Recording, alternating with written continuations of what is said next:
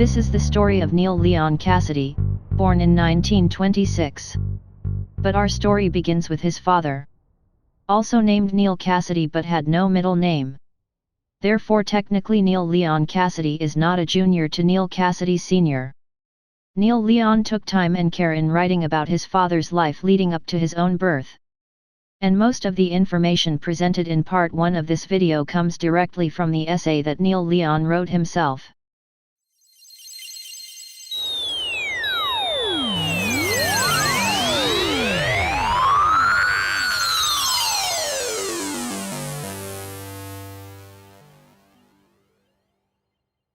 William and Cora Cassidy were the grandparents of Neal Leon and the parents of his father Neal Sr. Cora was originally married to William's brother Ned until a fatal fight between Ned and William took place in the barn of Ned's family farm. The two men fought with pitchforks and Ned was killed. It is believed that Cora was pregnant with a child from William already at the time of the fight. Ned was known to be a harsh man with a bad temper, so William was acquitted of all charges. He married Cora and assumed the role as the head of the Cassidy household. Cora had one child at the time of the killing and the second was born a matter of months later. Cora gave birth to 3 more children before giving birth to her 6th child Neal, in 1893. Cora died from complications giving birth to Neal. After Cora's death, William became withdrawn and few people visited the farm. Neal was closest with his big sister Eva, who was nearest to him in age, and she nurtured him. In 1907 Eva married a man named George Simpson and moved to his home place of Unionville, Missouri. Neal's big brother, Roy, was the only one to receive a college education, and he returned home and became the local school teacher. Roy was a strict teacher and was especially hard on his little brother Neal. Neal reached full growth at the age of 16 in 1909. He was 5'8", 160 pounds, and he retained these dimensions throughout his life. He was known as an excellent runner and was remarkably strong for his size. Neal got into an argument at school with his brother Roy and fled his hometown forever on May 25, 1909. He went off to find his sister in Unionville. There he discovered that his sister and her husband George lived with his parents, and the Simpson family was very poor.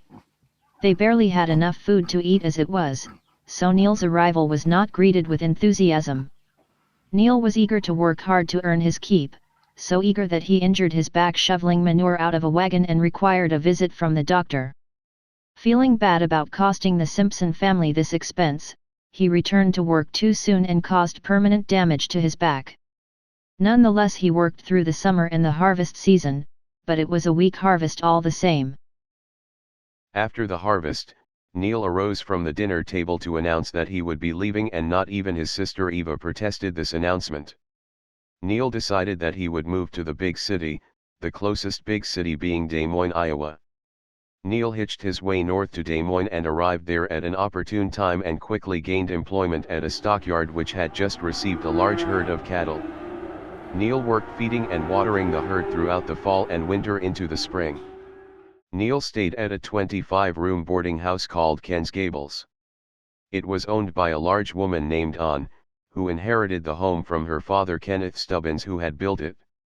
Ann never married, and the Gables was her primary concern.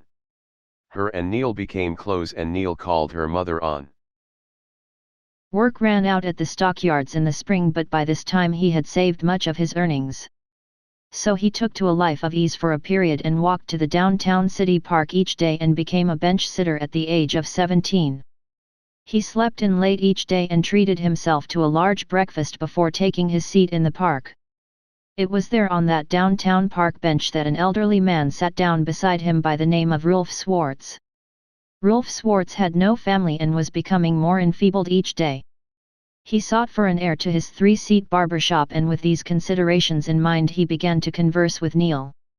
They were instantly compatible, and before the day had ended Neal agreed to be taught the trade of barber by this old-world German. He moved his belongings from Ken's Gables to the back room of the barber shop but promised to visit Ann each Sunday. In his prologue for his autobiography, The First Third, Neal Leon Cassady writes, With feverish delight, Swartz pushed the training period, and although a lifetime of strain at the barber's chair had weakened his eyes to the point of near blindness, he still retained a deft touch. With masterful intensity he taught Neal, and the boy responded with equally serious eagerness. With eyes watering more than usual, Swartz embraced the youth, called him son, and told him that he was now more skilled than even he himself. Neal lived and worked with Swartz for the next 7 years, from 1910 to 1917. In 1914, at the age of 21, Neal began courting his first girlfriend. Her name was Gertrude Vollmer and she lived on the same block as Ken's Gables. Swartz approved of this courtship and especially of her German ancestry. But in 1917, Neal wanted to enlist in the army and do his patriotic duty in World War I. Rolf and Neal argued over this subject bitterly, and Neal became convinced that it was Swartz's German ancestry that caused his objection. At this point the old man was forced to declare to Neal his loneliness and fear of abandonment. This issue of debate was ultimately decided by the government when Neal was called to duty in the second draft. In the army, Neal became friends with a man named James Trent. Neal looked up to Trent, who Neal felt was far more experienced in many aspects of life. James Trent had come to live with a wealthy aunt after his parents were killed when their family mine collapsed in Arizona. His aunt had protested his participation in the war also, therefore both men were rebelling. The two men took to going to bars and whorehouses awaiting their departure by ship to Europe, which was scheduled to leave America mid-November of 1918, but the war ended before this departure could take place. Neal Cassady writes, "This unexpected, though hoped-for, change in orders was greeted with joyous gratification, like a last-minute reprieve by all, except Neal, who felt cheated. In his preparation for imagined battle and death, he had used the bravado of Trent to help overcome his fears. The anticlimactic end troubled him, for he thought warfare might have verified the correctness of his method in attempting to attain a still idolized courageousness. That is, by some real heroic action, he might pull even, make everything right. Reasoning this fashion, he had no excuse for the actions he had committed while in government service, and the guilt of self-knowledge was upon him." Neal and Trent were given an honorable discharge in 1919 and traveled by train to Kansas City, where they spent several weeks partying while living in a luxury hotel until all of their savings were gone. Neal then went back to Des Moines to Swartz's barbershop. There he found that Swartz had grown even more feeble and was becoming senile. Neal stayed only a few months before leaving Swartz and taking a job selling life insurance. This decision would trouble Neal for years to come. Neal did well selling life insurance, and in March of 1920 he was promoted to a salesman. He bought his first automobile, a Model T, but wrecked it soon after while attempting to jump a 4-foot gully. Neal took a job offer in the Kansas City branch office, eager to get further away from Swartz. Only a few hours in Kansas City, while drinking in a downtown tavern, he ran into James Trent. Both guys were amazed at this chance meeting, and Trent convinced Neal to come and stay with him at his aunt's mansion. Neal Leon describes this period in his father's life in his prologue to his autobiography. Neal was caught up in a whirlwind of social affairs which focused on the Whittaker mansion. He was thrust suddenly into the demands of a way of life even more alien to his nature than had been those of the army. Another adverse development was that James Trent had become the nominal head of a group of fierce little snobs. This group soon rejected Bumpkin Neal. There at the mansion, Neal was hardly noticed as he sunk into a life of sticking to his room and drinking the free whiskey readily available there. Eventually Neal and Trent had a falling out at a party soon after New Year, 1920, and he left the mansion. He hitchhiked to the barber shop in Des Moines and found it locked up. He broke into the shop and minutes later was arrested and questioned. Neal was able to recall a customer's name, and the customer verified that Neal had indeed been like a son to Rolf Swartz. Neal found out that Swartz had died, and he got farther information from a hobo who had aided Swartz and stayed at the shop's adjoining apartment during Rolf's last days. Neal reopened the shop for several weeks but then sold it when he received an offer out of the blue. Neal returned to a life of sitting on a park bench and lived off the money he got from the sale until he was down to his last penny. At that point he walked into the best barber shop in town and was hired on the spot. He spent the next 4 years at this barber shop and showed outstanding work ethic. He confined his drinking strictly to Saturday night, but during one of his Saturday binges in 1924, a drunken Neal returned to the shop to get something he had forgotten. He was fumbling with his keys at the lock in the back alley entrance when he was confronted by a policeman. Seeing Neal was drunk, he didn't wait for an explanation and smashed Neal on the bridge of his nose with brass knuckles. Neal never got the bones set, and lived out the rest of his days with this crooked nose. But surprisingly it was soon after this that Neal became outgoing and sociable, and he began attending social gatherings, be it baseball, poker games, or dances. Neal went to them all.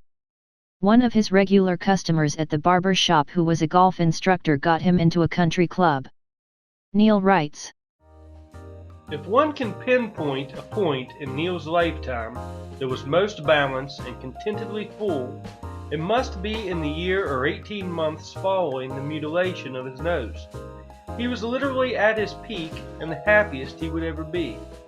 Through cultivation of great or near great elite, and by acceptance into the lower strata of this level of society, he made numerous acquaintances and even a few friends. Soon he cut the hair and shaved the faces of more important men than almost any barber in the city." In 1925, Neal was made manager of the 10-chair barbershop at which he worked. It was at this high point of his life that he was to meet and marry Neal's mother Maud.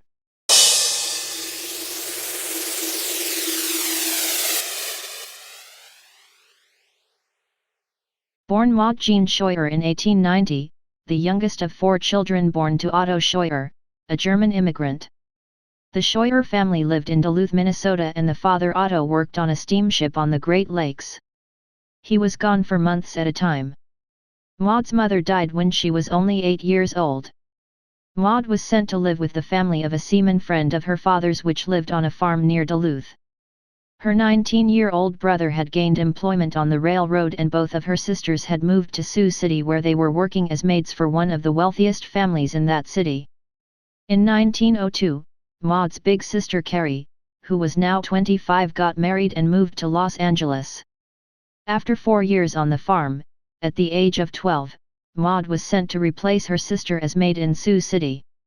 Neal Cassady writes, Now, unlike most rich families, this one had been wonderful employers, and their friendliness towards Carrie became transformed into sheer infatuation with her replacement. When Maud, fresh from the farm, came to Sioux City, she was not yet 13, but one could already discern the extraordinary beauty that she was to possess as a woman. Despite the potential for jealousy, a shy and humble nature made her the favorite of all. Indeed, before long they went wild over her, and soon she was looked upon almost as another daughter by these emotional people. Yet in the face of all this affectionate attention, she continued to display an unconcern that was as rare as her personal beauty. To be so unpretentious and unaffected was quite unusual for her age, and she was surely all one could desire.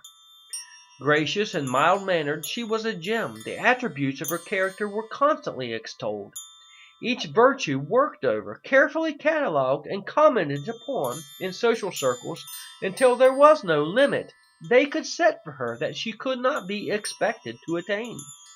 Fortunately for their self-esteem, the accuracy of their predictions was upheld. In time, each young man of the town's upper set who was interested in such things came to know of Maud.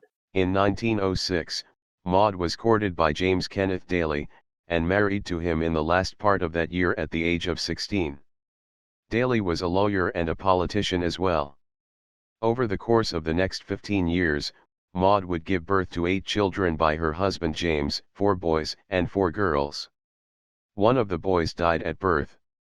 In 1919, Daly was elected mayor of Sioux City.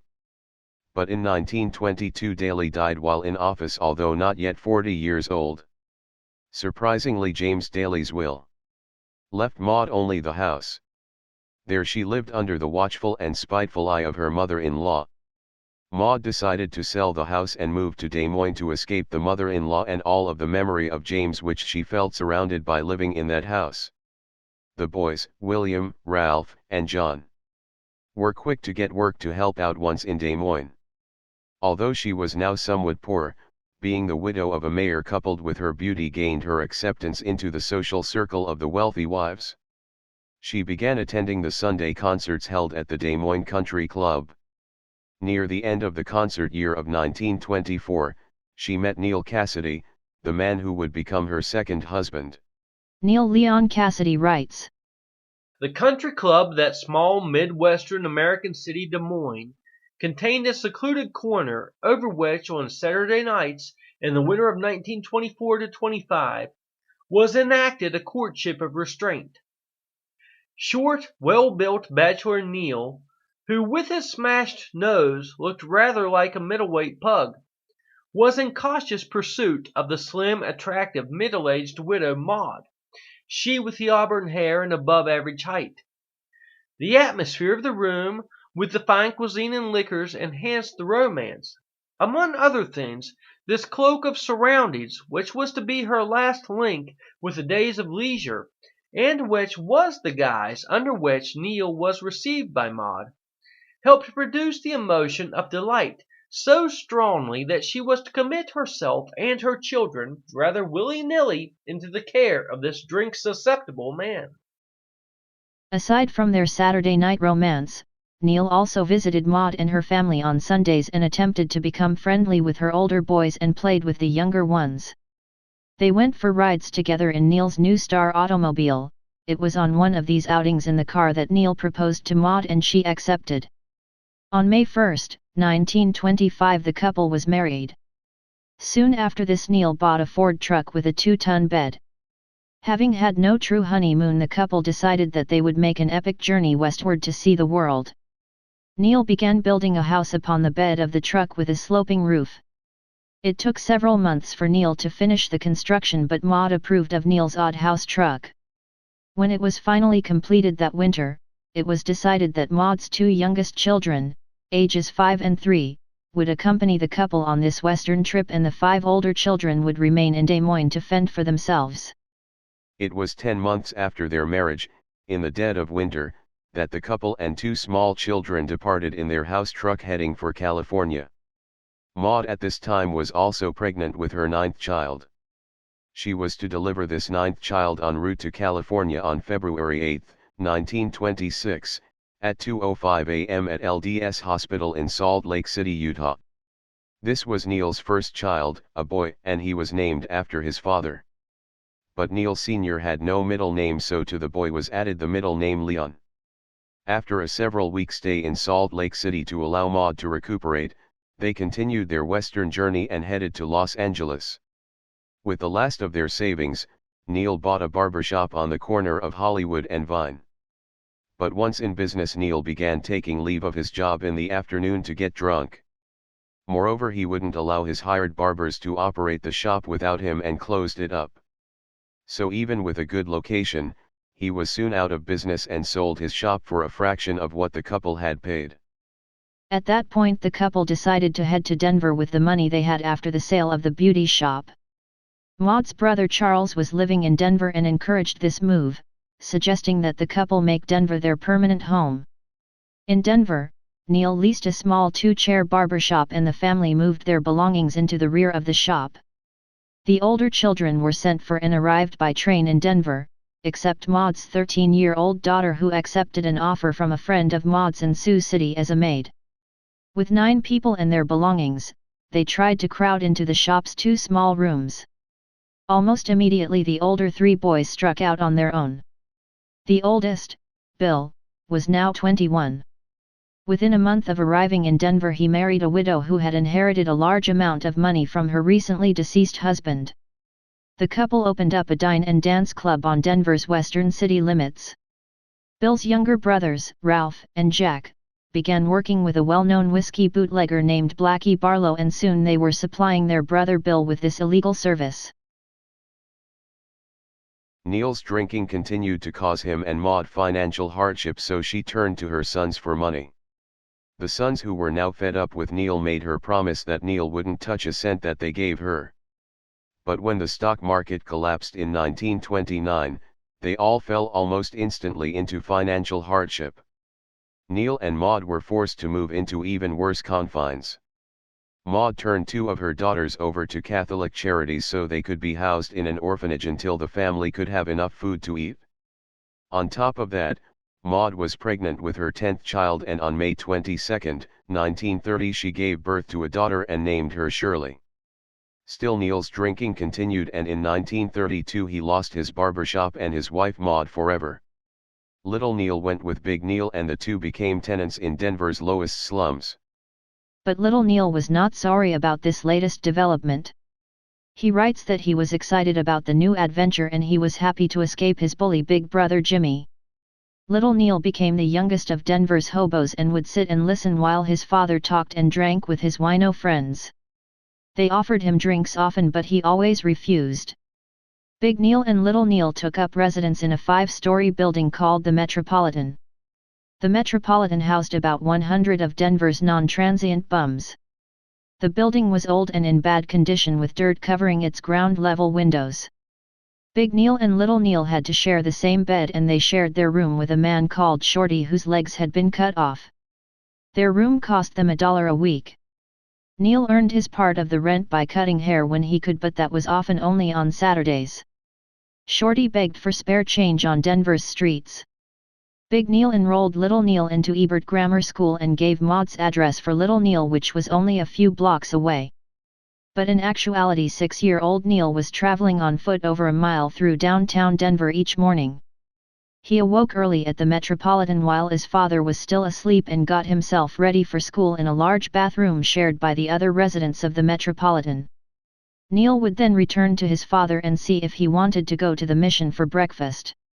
Sometimes he did and sometimes he did not, in which case Neal headed to the Citizens Mission ran by a Protestant church alone. Neil Leon describes breakfast at the mission.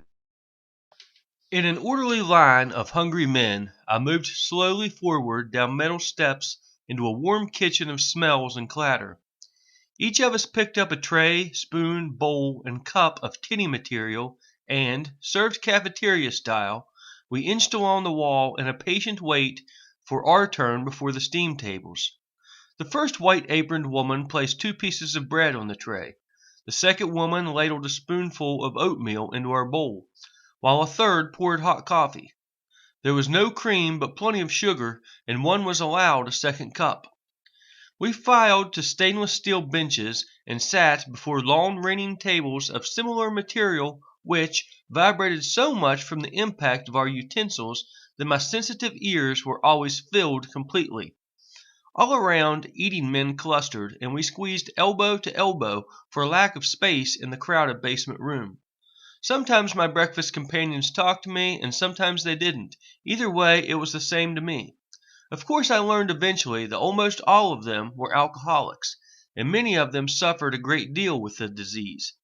But there are also several old age pensioners and other indifferently bunched younger men who were down on their luck because of the depression. After breakfast, Neal would begin his zigzag, 1.3-mile walk, or run as it were, to Ebert Elementary School.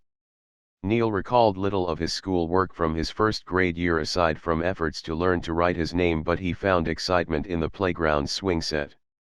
Ebert didn't serve a lunch because most kids went to their nearby houses. But it did provide the needy children with a noontime snack of milk and graham crackers. Neal's father put off filling out the paperwork for little Neal to get the snack for weeks. At school day's end, Neal headed home at a more leisurely pace, having fun with his tennis ball. He sometimes got it stuck in rain gutters but became skilled at climbing trees and walls to retrieve it. This led him to the discovery that rain gutters had claimed lots of balls, and so he began to build a stockpile. The rain gutters that were hardest to climb to tended to render the highest reward. The Citizens Mission served dinner at 5 p.m. Neal either went to the Metropolitan after school and met up with his dad or went straight to the Citizens Mission from his afternoon of play. Big Neal usually went to dinner with Little Neal, but there were times when he was laid up drunk and didn't go. On these occasions Little Neal was able to get his food faster because men would allow him to cut line. After dinner it was back to the Metropolitan. The two lobbies of the Metropolitan were crowded with men down and out on their luck killing time. Little Neal found this to be an exciting time as he tossed around his homemade dart at any target he chose.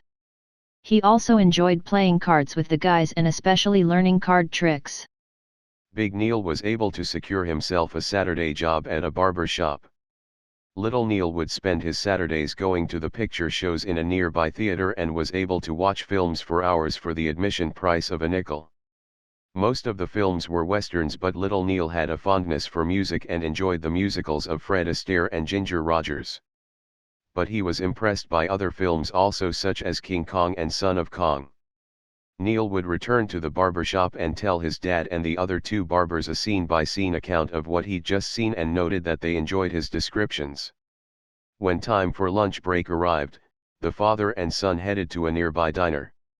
This was a meal that Little Neal always looked forward to as a big occasion.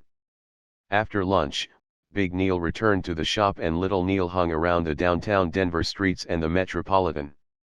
He began a hobby of collecting junk from garbage piles, a hobby which he would learn to profit from in later years. In the evening he would return to the shop and wait for his dad to get off work. Little Neal noticed that his father began to get in a great mood as his day of work neared its end. He came to realize that this was at least partially due to the fact that he was going to have money to buy a bottle of liquor that evening. Whether he had been able to get drunk at any time earlier in the week or not, Saturday night he did. But first it was time for another restaurant meal and then a visit to the candy store. Next a drugstore visit where Big Neal would buy his alcohol and try to hide it from his son as he clumsily tucked it into his coat before the pair headed once again toward the movie theater. Little Neal would always choose the film because Big Neal cared little what he watched as he took snips from his bottle and ate peanuts. Meanwhile Little Neal ate chocolates and marveled at the screen till past midnight. Then Big Neal and Little Neal retired to the Metropolitan with Big Neal stumbling down the sidewalk and Little Neal annoyed and embarrassed. He didn't enjoy his dad being drunk, especially when nostalgia would cause his father to cry. Sunday mornings Big Neal was able to arise in time for the late breakfast served at the mission. After breakfast, Old Man Neal struggled along hungover behind Little Neal, who was full of youthful energy. Little Neal looked forward to Sundays as the day which he could spend showing his father all of the places he had ventured to during the course of his alone play throughout the week. The sole purpose of these Sunday outings was recreation, and young Neal appreciated that his father saw to it that these walks were part of their weekly routine. When spring rolled around, Big Neal took his son for walks along the river banks on Sunday, and Little Neal perfected the art of skipping rocks. Throughout the school year, Old Man Neal had told his boy about the grand journey they would make together when the school term came to an end. About the middle of June, 1932, father and son headed to Union Pacific Railway's freight yard. But the train they had planned to hop had already departed. Undeterred and unwilling to wait for another train headed toward their Unionville, Missouri destination, the pair decided to step to the highways and hitch a ride. They had not walked more than 100 yards before they were picked up. Neal Sr.'s strategy regarding hitchhiking was that it was better to take any ride going in the general direction rather than wait for a ride going the exact direction. Another action he made habit was to walk along the highway rather than stand still and wait for a ride. Their journey to Unionville was a very indirect one, but they had great luck with catching rides. They arrived in Grand Island, Nebraska while a carnival was in town and took the opportunity to tour it. Another highlight of the journey for Little Neal was riding in a big rig and catching a restful sleep in the sleeper of the tractor and trailer. Soon they had arrived at their destination, Neal Sr.'s dear sister Eva's house. Eva had recently been widowed by husband George, who died in an automobile accident. Neal Leon described her as the gentle boss of a great clan of hillbillies. Eva had several daughters with whom Little Neal enjoyed countless hours of play on the farm during the 2-month visit. The Simpsons' large barn became the fortress of play for Neal and his cousins, who preferred to keep away from the supervision of the adults most of the time. The center of activity for the adults, which included great and great-great relations, was the porch of the house where from dawn till dusk people sat and smoked from corn-cob pipes. With the new school term approaching, the pair embarked on their homeward journey, this time via boxcar. Little Neal found this to be a much less enjoyable way to travel. He had to try hard to repress his childish terror. The freight trains rattled loudly as he sat on the hard floor amongst hobos. The shared water supply became depleted in central Kansas. When the train made a stop, Neal Sr. decided that he would make a run to refill their canteen. It was decided that little Neal would remain on the train because his short legs might slow his father down. But the train began to move before Big Neal returned with water. Neal Leon's eyes swelled with tears as it began to dawn on him that he may well never see his father again. The hobos in the boxcar made movements toward little Neal, perhaps to comfort him, but little Neal pulled back from them. As the train rumbled onward, little Neal was concerning himself with thoughts on how he was going to get back to Denver alone. He had no knowledge of geography at this young age and was therefore lost. Also, he blamed himself for this whole predicament because he had complained to his father for being thirsty. As Neal refused to talk to the hobos around him, he felt a sort of pride and self-reliance take the place of his terror and was finally able to sleep. When the train came to a stop in Goodland, Kansas hours later, Neal was surprised to awaken to a familiar presence lumbering over him. It turned out that Neal Sr. had returned to the train with the water, but had not been able to make it back to that particular boxcar. But now that the train had stopped again, the father and son were reunited and also they had water. The pair had nearly returned home to Denver when mishap again befell them and little Neal had to again confront the fear of losing his father forever. Big Neal's foot got locked between rails at a switch point. His ankle wasn't injured, so at first he laughed about the predicament as he tried to free it. But when the vibration of a train was felt in the rails before it was seen or heard, Big Neal's expression changed. As little Neal witnessed his father begin to panic, he did likewise. With frantic effort, Big Neal tugged with his leg. His foot pulled loose from his boot and he escaped being crushed by the train. He did, however, lose his boot. The scary homebound journey was successful nonetheless, and they were back to the Metropolitan in time for little Neal to begin his new school term. They were in the front lobby when they were surprised by a visit from the Daily Boys. Big Neal began telling them all about their summer vacation, including how brave little Neal had behaved on the train in the face of danger. The Daily Boys listened to Neal tell his story and upon conclusion proceeded to beat their stepfather unconscious as little Neal and several silent hobos looked on. They continued beating him long after he was unconscious until their attack was stopped only due to their own fatigue. Little Neal was taken by the arm away from the Metropolitan lobby with his father lying motionless on the floor. Neal was taken by the Daily Boys to an apartment complex called the Snowden and was reunited with his mother. It was henceforth decided that Neal would spend only the 90 days of summer with his father and remain with his mother at the Snowden during the school year. Neal Leon describes his new home. It was a rather infamous place, mostly noted as a bootleg stronghold, although also notorious, over the east side anyway, for its characters, who were typical yet unusual enough in their own right.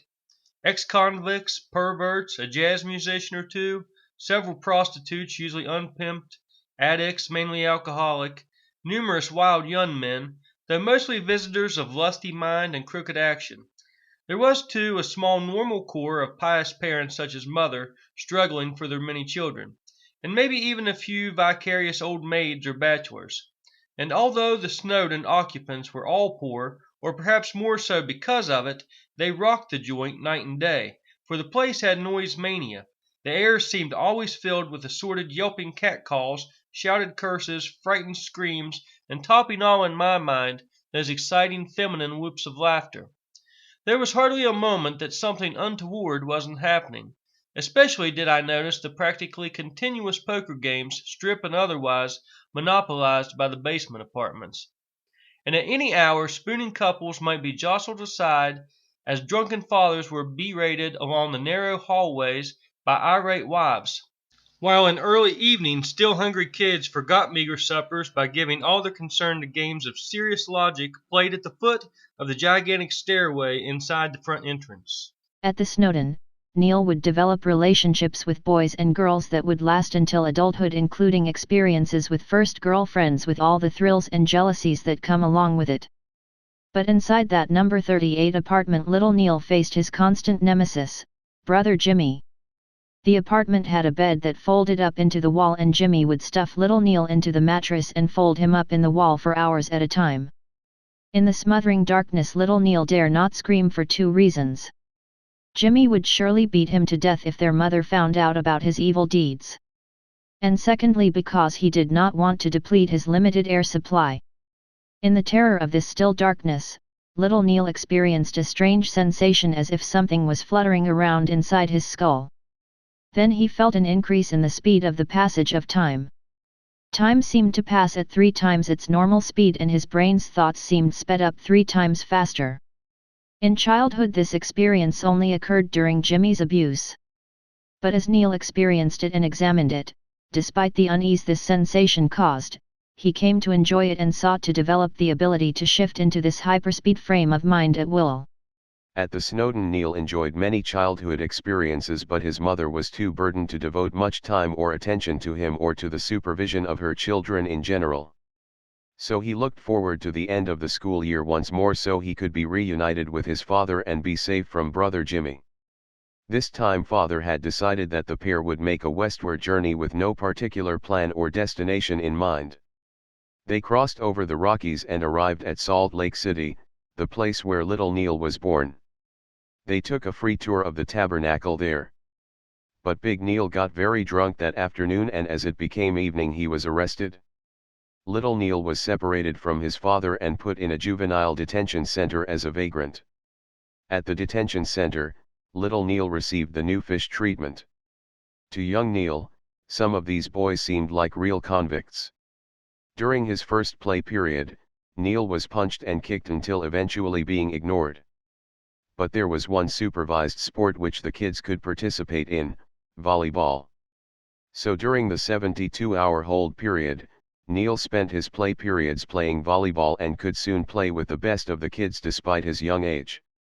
Meanwhile, Big Neal was being held to make sure that he wasn't wanted elsewhere. When he was finally released, he was allowed to pick up little Neal from the detention center, and with remorse and regret he was reunited with his son. From there they traveled south and back eastward a bit to the city of Albuquerque, New Mexico, where they camped near the rail yards and ate tortillas and beans with Mexican families. Next they caught a train going northwest to Sacramento, then Oakland. From Oakland, little Neal enjoyed an exciting ferry boat ride to San Francisco. The plan was to head south to Los Angeles, but Big Neal wanted to earn some money before they arrived there. The pair went to the Santa Clara Valley, and Neal Sr. attempted to sign up with some fruit pickers.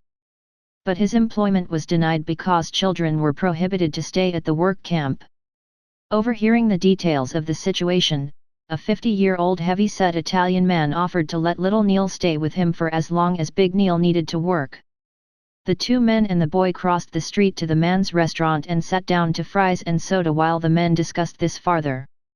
Little Neal protested, but ultimately Big Neal left with the work crew and little Neal was left with this stranger. The man took Neal to a very nice home, but little Neal became suspicious that the man was only pretending to be rich. The man had grease on his shirt from being a fry cook at his restaurant, and little Neal had supposed this to mean that he was poor, and it was therefore impossible that this home was his. Even when the man had cleaned up, Neal imagined him to be dressed in the clothes of whomever's home it was they were squatting. Neal became convinced that the man was plotting to kill him, although he was shown nothing but kindness. Nearly every day he would return to the downtown park and lie in the grass thinking back on the awful day that he was separated from his father. The longer little Neal lived in the luxurious house, the less his mind was distracted by the beautiful home and belongings, and the more fearful he became of the wealthy man. But it was there at that house that he developed an interest in automobiles, inspired by the restaurant owner's V16 Cadillac. By the time Big Neal returned, little Neal had taken to hiding from the wealthy man most of the time. Nonetheless, the man offered to adopt little Neal and put him through college and make him heir to his business and estate. But Big Neal and Little Neal refused the offer. As a parting gift, the wealthy Italian man gave Little Neal a sheathed dagger, engraved and embedded with jewels. Instantly this became a prized treasure to him. Big Neal had met a woman while picking fruit and planned to meet back up with her in LA. So with money he made picking fruit, he bought bus tickets for him and Little Neal enjoyed his first bus ride. Big Neal called his girlfriend from the bus depot when they arrived in LA and soon he was paired back up with her. As Neil Leon worded it in his autobiography, within a few hours of losing his rich Italian papa, he found a poor oaky mama. The woman also had a son. The foursome rented an apartment together and Neil and the other boy became roommates and playmates. The little boy wore thick glasses that magnified his crossed eyes and had an old rusty but working .32 caliber revolver left to him by the father he'd never known. Him and Neil would sit on hilltop overlooking LA and discuss which weapon was better, the boy's revolver or Neil's dagger. Summer passed but Big Neal put off the return trip to Colorado. Instead, Little Neal was enrolled in a school in LA. While discussing the colors of a girl's crayons in her crayon box, Neil made the discovery that he was color blind. As Christmas approached, Neil's application to a charity organization to fund his return trip to Denver was granted and soon father and son held tickets eastbound to Denver. Neil's father bid farewell to his oaky mama on the train platform and Little Neal began his exciting 48-hour train ride back over the Rocky Mountains. Little Neal was turned back over to his mother and returned to Ebert Elementary for the second semester. He had little interest in his schoolwork but his love of movies had now branched into books. The movie Count of Monte Cristo inspired Neil to check out the book on which the film was based from the school library. Neil carried the book with him everywhere but at his young age read it very slowly, concentrating on each word. When the first 2-week period ended, he checked it out a second time. One day after school, while playing in a kid's backyard, he laid the book against a tree. Forgetting about the book, he headed for home. He hadn't gone far before remembering the book and returned to the boy's yard, but the book was no longer there and the boy denied having ever seen it. With tears flowing from his eyes, he retraced his every step from when he left school, but he was sure that he had left it by the tree.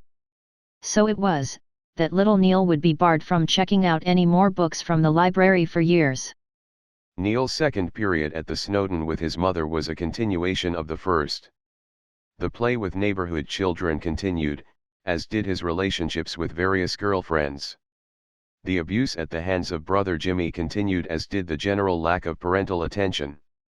When the school term ended, Neil went back to live with his father, but this summer they would not be taking any trips. The Daily Boys had warned Big Neal sternly that he better be sure to return Little Neal to the Snowden before the school term resumed this time. Big Neal was no longer staying at the Metropolitan.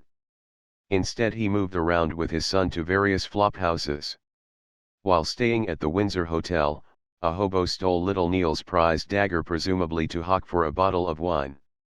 Big Neal would take his son with him to various spots to panhandle. Having a child with him no doubt increased the handouts. The back and forth between his mother during school year and his father during the summer continued until Neil was 10. During this time at both places, Neil was subjected to experiences and influences most would consider corruptive. But for young Neil, whose childhood had been abnormal from the outset, these were just more experiences to take in stride. One day when Neil was nearly 10, he was walking with his brother Jimmy. A black cat passed in front of the boys right beside the backyard where Neil had lost his Count of Monte Cristo book. Jimmy had a habit of killing cats and he especially hated black ones, so he pursued the cat into that backyard. When he caught the cat, he began stomping it to death. All the while Neil tugged at his arm, begging him to stop. But in the end, the cat was thrown against the wall and died on top of an ash pile. After Jimmy had left, Neil went to examine the corpse of the cat. He saw drops of blood dripping from the cat right onto the long-lost Count of Monte Cristo. He pulled the book out from under the cat, brushed off the blood and guts of the cat, and held the weathered pages of his beloved book to his chest. The book was in no condition to be returned to the school library, but it was still readable, and Neal found it to be very much worth the $1.68 that he would eventually have to pay the library. At age 10, Neal's mother died, but Neal did not get that far into his autobiography. However, a great deal of what happened in Neal Leon Cassady's life from this point on, has been recorded by writers and friends who knew Neal, and were inspired to tell about him.